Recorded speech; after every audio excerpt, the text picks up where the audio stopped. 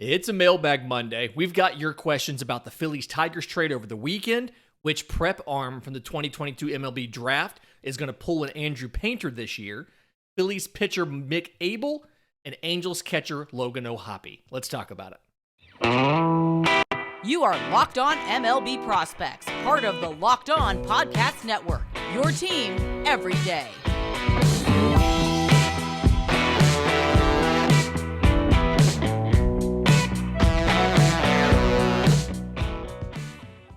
Yes, welcome on in to Locked On MLB Prospects, your home for all things minor league baseball. I'm your host, Lindsey Crosby, baseball writer and podcaster. Thank you for making this your first listen every single day. And today's episode is brought to you by BetOnline. BetOnline has you covered this season. More props, more odds, more lines than ever before because BetOnline, where the game starts. As we do every single Monday, this entire episode is full of questions from listeners. If you have a question for the show, I'm on Twitter at Crosby Baseball. Show is on Twitter at Locked On Farm.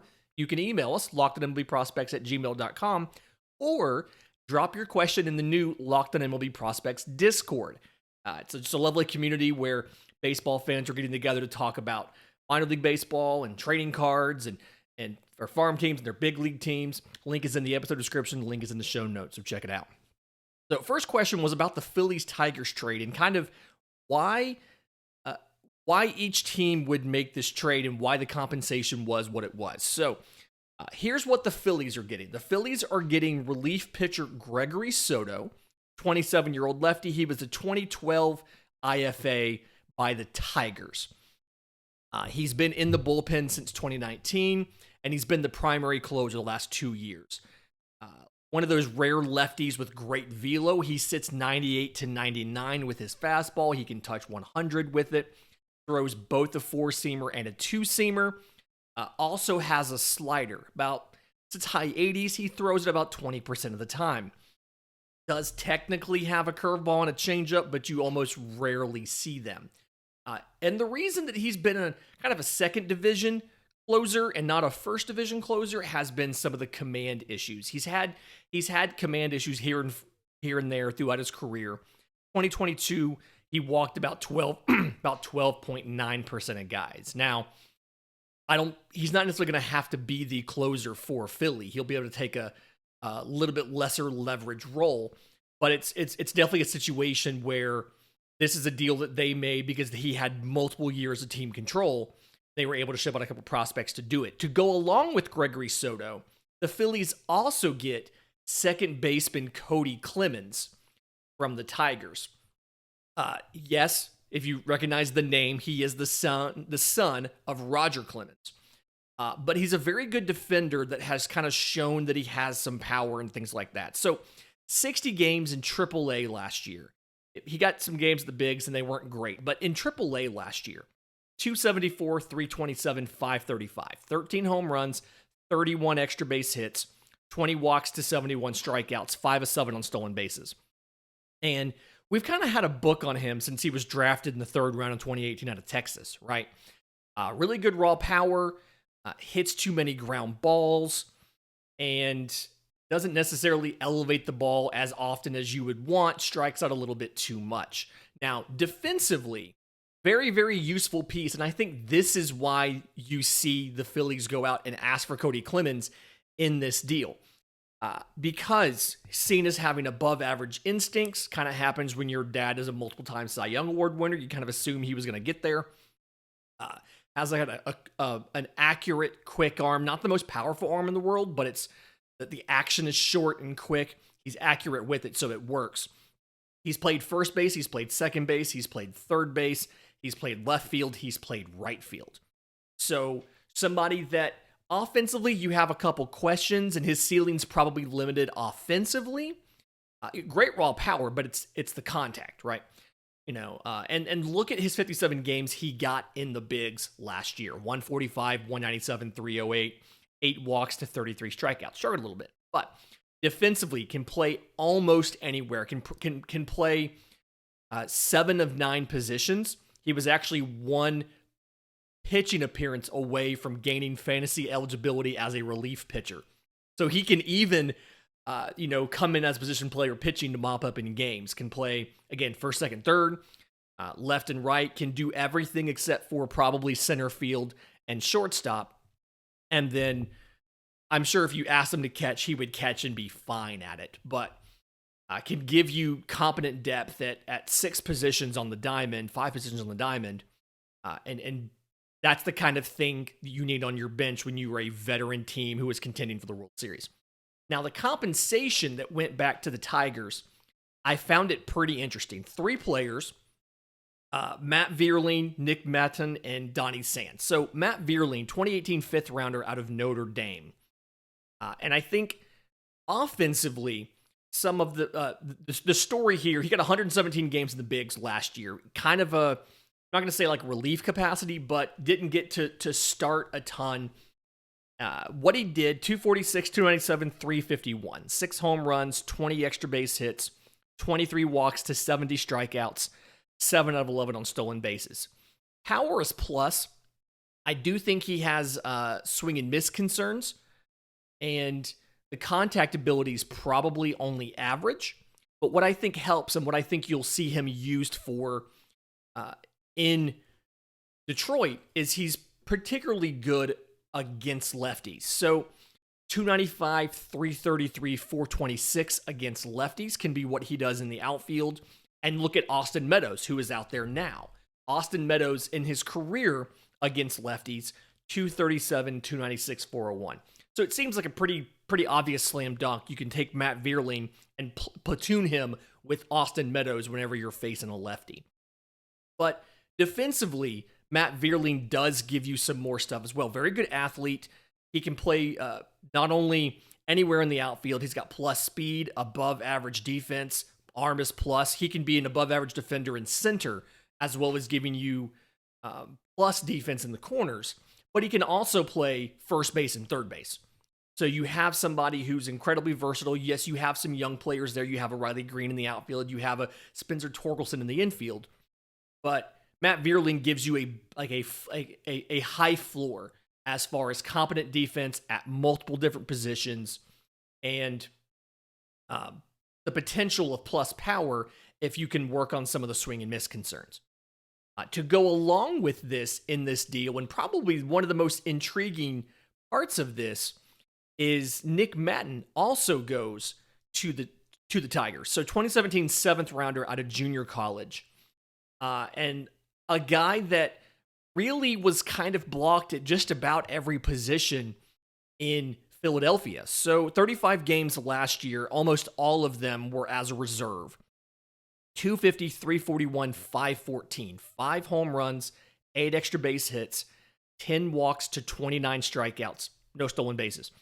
So we saw some things going on well as far as his contact ability. He walked just under 12% of the time. Now, to go along with that, trying to get a little more power and things like that, 34% strikeout rate, and the chase rate was kind of high as well. The developments seem to be a little bit stalled. He's always been really good against velocity, right? Could always handle good velo, and kind of struggled a bit with spin, as a lot of younger players do. And he struggled with off speed as well as last year as well, and chased quite a bit. And so you have to kind of work that out. Work with him on the chase of the off speed, and then just flat out missing breaking stuff and spin. Probably a cap of 15 home run power.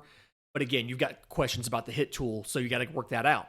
Now, while you're working that out, he is defensively, speed's average, arm is above average, but experience-wise, he's played all over the diamond, okay? So range is good enough. He's worked to stay there.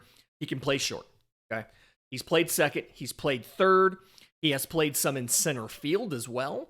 And for most guys, if they can play in center, they can play in the corners. And so he's another utility option that brings up the floor of your team because he can give you above average defense at 3 or 4 or 5 different positions on the field. So another higher floor, lower ceiling acquisition for Detroit as they try to get back to, I want to call it respectability.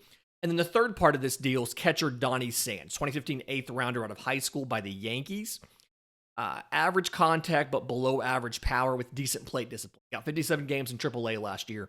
308, 413, 428. 5 home runs, 14 extra base hits, 38 walks to 44 strikeouts with 1 stolen base. He's a good framer, good blocker, good receiver. Arm is below average, but it's your stereotypical, it's your prototypical backup catcher profile, right?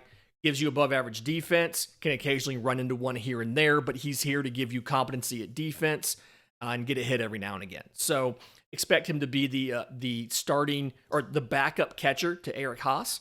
Probably what I expect to happen. But all in all, good value back for some just about ready to play prospects that will raise the floor of this Tigers team in return for a reliever that was a luxury item. You know, when you're not winning a lot of games, having a very good closer is a luxury item. So good return for the Tigers on this. Phillies get multiple years of team control of a reliever as well as a versatile utility defender. In just a minute, I want to get to a great question about high school arms from the 2022 draft. But first, today's episode is brought to you by our friends at BetOnline. BetOnline.net is your number one source for sports betting info, stats, news, and analysis. You can get the latest odds and trends for every professional and amateur league out there. Pro football, obviously, week 18 has just wrapped up for the NFL. We have all the playoff seedings now. That gets started over the weekend. Tonight, Monday night, is the College Football National Championship between UGA and TCU. If you still have time before the game starts, go out. The Locked On Podcast Network put out a crossover between the Horned Frogs host and the Bulldogs host. Go listen to that to get you ready. And then go check out BetOnline and see some of the lines. Right now, UGA is a 13-point favorite over TCU with an over-under of 63.5. They have a bunch of prop bets out there as well. Will both QBs throw for 300 or more yards? The money is on no. Will both teams score in the first quarter? That's even right now. Will either team score 50 or more points? So will anybody hit 50? The money is on no right now. First score of the game is a Georgia touchdown. So just lots of interesting stuff out there. How many field goals per quarter? Things like that. But it's the fastest and easiest way to get your betting info. So head to the website today or use your mobile device to learn more because BetOnline is where the game starts. Okay, great question from Ant Fuzz in our Discord. Who is the high school arm from the 2022 draft most likely to pull an Andrew Painter? And so what we mean by this is to do like 2021 first rounder Andrew Painter of the Phillies did and come out and just be so incredibly dominant that we have no choice but to make you a number one prospect in your system and a top 50 prospect in baseball. You'll remember Andrew Painter blew through 3 levels last year. Went 6-2 with a 1.56 ERA and 103 2/3 innings, 25 walks to 155 strikeouts. So 2.2 walks per 9, 13.5 walks per 9 with 5 home runs allowed. And he did that by having a couple plus or elite tools. The fastball, 70 grade fastball, 96 to 97 is where it lives. It touches 101. It's got good induced vertical break to it. The changeup is a very good changeup. He gets about 55% swing and miss on it and just under 40% chase out of the zone on it. Very good slider. Has a curveball as well. Curveball blends in with the slider a bit. But then all of this is tied together by having phenomenal control, like 70 grade control. Andrew Painter can put any of these 4 pitches anywhere that he wants to, inside or outside the strike zone. And so that combination of size, 6'7", 215, as well as velocity and quality of the tools and ability to apply them in any at-bat in any situation make Andrew Painter a future ace. And there was some good debate in the Discord about the answer to this question, but kind of what I've come down to is you're looking at Brock Porter and Owen Murphy. So to remind you who these guys were, Brock Porter, 2022 4th rounder out of high school. He's a number 4 prospect right now on my board for the Texas Rangers. And 6'3", 188. The thing with Brock Porter, what I like is, so the fastball first. 97 to 98, he can touch 100 with it. 70 grade pitch there. To go along with that, he's got a very, very good changeup. One of the better prep changeups we've seen in a while. There's another guy on this list a little bit later who has an even better one or had a better one. But Brock Porter, like it's upper 70s. So there's a lot of velocity difference from the fastball, right? Because the fastball is 97, 98. But the arm speed perfectly matches. And so there's a significant velocity change with the arm speed matching. And then it has that fade to the arm side with some kind of late tumbling action to it. So a very, very good, very, very useful pitch that he can locate it well. He can throw it in the bottom of the zone for strikes. He can drop it below the bottom of the zone for a swing and a miss. And then to go along with that, he's got a curveball and a slider. I have the slider ahead of the curveball right now. Curveball is kind of a vertical breaking curveball. Slider is very much kind of a two-plane slider. And the slider, I think, can get to a plus pitch. It just needs a little bit more consistency to it. So not every single one of them lands correctly, and part of it is his arm action is kind of long, and so it's a little suboptimal as far as controlling everything correctly, and specifically getting the right angle on his delivery to make the slider do what it needs to do with both planes of break. He can throw strikes though, and again, the control is pretty good, but he has the power to get away with the mistake because he can blow that fastball by you. Another guy who isn't as advanced right now as Brock Porter, but has the tools and is in the right system to develop this is Owen Murphy, number 3 prospect for the Braves, 2022 first rounder out of high school as well, 6'1", 190. The thing here is the fastball is probably a question about how good it's going to be, right? Velocity is about 94, 95, and it's got a ton of vertical break to it, but I don't think there's a ton more velocity you can get out of that pitch. I think he's pretty maxed out on it. It's not that great when he throws it up in the zone, and so it really ends up being something where I mean, there's a ton of spin to it, ton of carry to it, and really good vertical break on it. But he has to just be careful of not throwing it too high in the zone. To go along with that, he's got a curveball, a lot of spin. It's kind of like a hammer curveball. Sits in the high 70s right now. And then he had a slider cutter hybrid. Then Atlanta is changing. They switched Spencer Strider over to a gyro slider. And so that's going to be the same thing that they're teaching Owen Murphy. Going to kind of change him over to that. So a little bit more questions here about the ceiling. The fastball isn't as good as Porter's or Painter's. And the slider is going to get worked on. But in the meantime, the curveball is good. Still plus pitch. The fastball is still a plus pitch. And the slider, if it can get there, could give you 3 different plus pitches to go along with above average control. There's another guy that is not going to be a breakout in 2023. Because he had Tommy John surgery, but I think we'll have him down as a 2024 breakout if everything comes back correctly, and that's Dylan Lesko of the Padres. So first rounder in high school as well.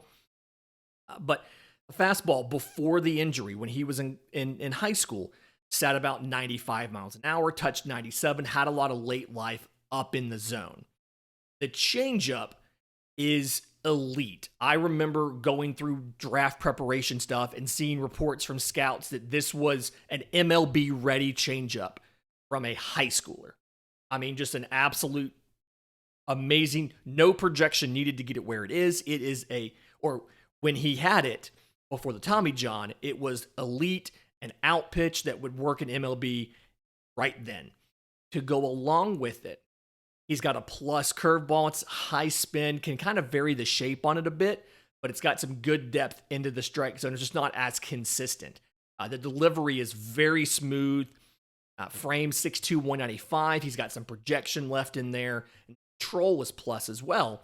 All of this just comes back to how well does he recover from Tommy John. We're a lot better at it than we used to be, but it's still not a guarantee. In just a minute, I want to get to some questions about Phillies pitcher Mick Abel, Angels catcher Logan O'Hoppe, and the Cubs third base. But first, today's episode is brought to you by our friends at Built Bar. If you're looking for a delicious treat, but don't want all of the fat and calories, you gotta try a Built Bar. We got to the holidays. My goal was to eat a little healthier this year. If you're like me, where you want to eat healthier, but you don't want to compromise taste, then we've got the thing for you. You've got to try Built Bars. With Built Bars, healthy is actually tasty. Like, they're so good that you won't think they're good for you. You'll keep thinking you broke your New Year's resolution. But they're good because they are covered in 1% real chocolate. They come in unbelievable flavors like churro, like peanut butter brownie, like coconut almond. They taste like candy bars, but they're healthy. 130 calories, 4 grams of sugar, 17 grams of protein. And in the past, I've always told you to go to Built.com, check out the list of everything they had, and place an order using a promo code. Well, now you can get them at your local Walmart or Sam's Club. You can head to Walmart, go to the pharmacy section, and get a box of Built Bars, a 4-bar box of cookies and cream, of double chocolate, or coconut puff. Or if you go to Sam's, you can get a 13-bar box of brownie batter and churro. So go to Built.com, check out what you like, go pick them up at Walmart and Sam's. You won't regret it. Okay, so Axe Joker on YouTube asked a question, will we see Mick Abel of the Phillies in the bigs this year? So 2020 first rounder out of high school. And what he did last year, divided between high A Jersey Shore and double A Reading, and most of this was in Jersey Shore. 23 starts in the minors, 18 of them were in Jersey Shore. He went 8-11 with a 3.90 ERA, 108.1 innings pitched, 130 strikeouts, so 10.8 per 9, 50 walks, 4.2 walks per 9, 11 home runs allowed. So there's some good and some bad. The true answer to this, are we going to see him in the bigs this year, depends on a few things. One, the Phillies are in a contention window, and so they can't afford to let too many prospects be up and learn on the job at the big league level. I expect Andrew Painter, if he looks as good as he did last year, to get called up and get some starts. Mick Abel is going to be, do they have injuries and or a need for him to come up? And also, can he click in and fix a couple small things? So right now, plus fastball sits at 95, tops at around 99. He can get swings and misses with it. Tons of spin to it. Got good vertical break to it. He threw it about 60% of the time last year. To go along with it, he's got a plus slider in the hard 80s, or in the late 80s that has like a hard dive to it at the end of the pitch. That's his best chase pitch. So swing and miss is from the fastball, chase is from the slider, like 33% swing and miss on that. Or 33% chase rate on that. And he didn't always land the slider exactly as he wanted to at times last year. To go along with that, he's got a changeup that he was trying to work in more last year. Sits in the high 80s. It's got a tumble, late life to it. And again, looks like it could be a plus pitch, but it's not as consistent as it needs to be. He has a curveball that's a distant fourth. It's every now and then, 2% of the time, just to surprise somebody or keep them on their toes, steal a strike here and there.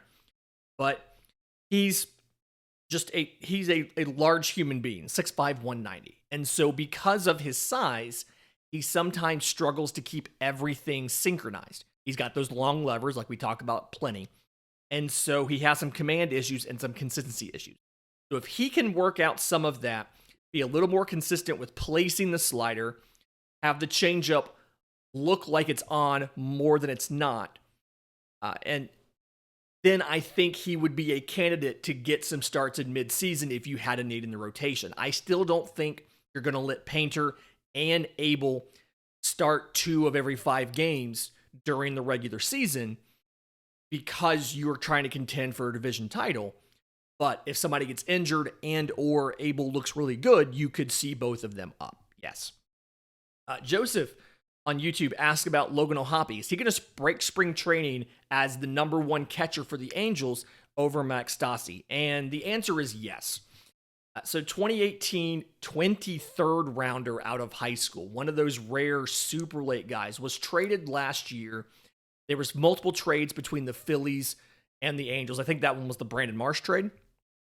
But 104 games in the minors in Double A between Philly and Los Angeles last year. 283, 416, 544, 26 home runs, 41 extra base hits, 70 walks to 74 strikeouts, and 7 of 11 on stolen bases. And in particular, when he got traded to the Angels, he was in Double-A Rocket City in Madison, Alabama. 29 games and went on an absolute binge. Hit 11 home runs. Slash line was 306, 473, 674. Earned him a brief call-up the last weekend of the season. He got 5 games in the bigs, 16 plate appearances, batted 286, 375, 286. No home runs, no extra base hits, no steals, 2 walks, 3 strikeouts. So, plus defensive catcher, plus arm. 0 questions about the defense and how that's going to play. He's going to be a plus defender in the bigs on day one.